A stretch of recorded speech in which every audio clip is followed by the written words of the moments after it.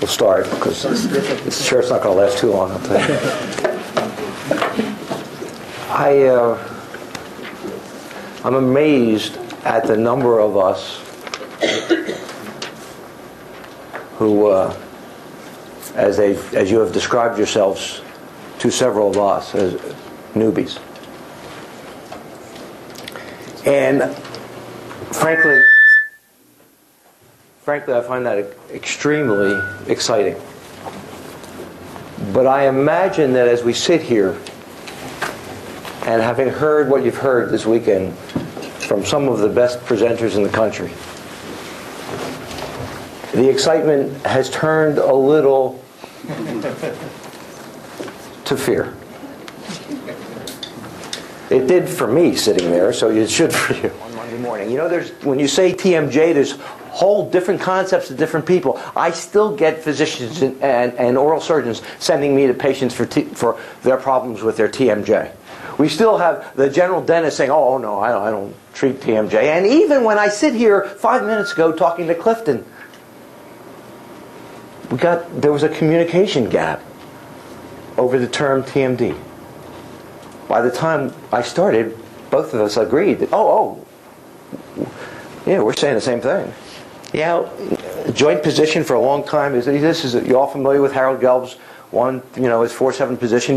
Many people ask me, why did Harold do that? 1, 2, 3, 4. Seems to be going backwards. Well, many of you know Harold is Jewish, and he writes backwards. So it's 1, 2, 3, 4, 5, 6, 7, 8, which is really interesting because when you realize that we're all a lot closer than you thought, if he had done it right, it would have been 1, 2, 3, 4, 5, 6, 7, 8. It's still 4, 7.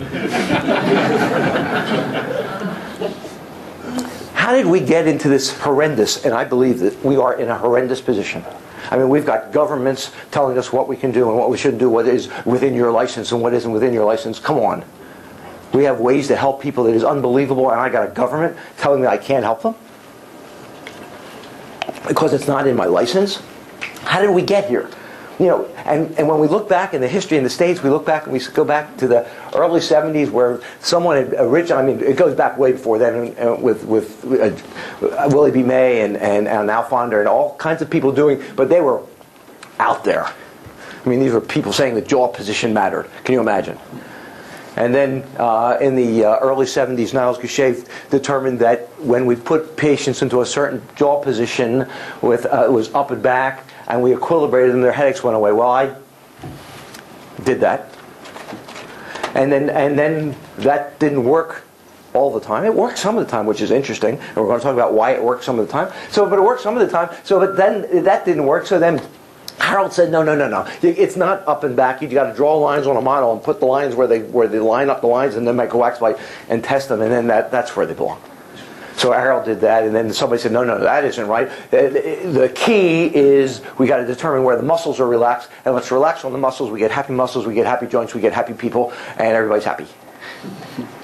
And so they did that, and then other people said, no, you got to start looking at diet. It's their diet, and we became nutritionists, chiropractors, and everything else, and we became very holistic. And also we started looking at structure, and some of those patients got better using some of those modalities. So we knew that we had to get out of the box of dentistry because dentistry does what? Dentistry looks at one thing and one thing only, and that is the dental interface. How do the teeth come together?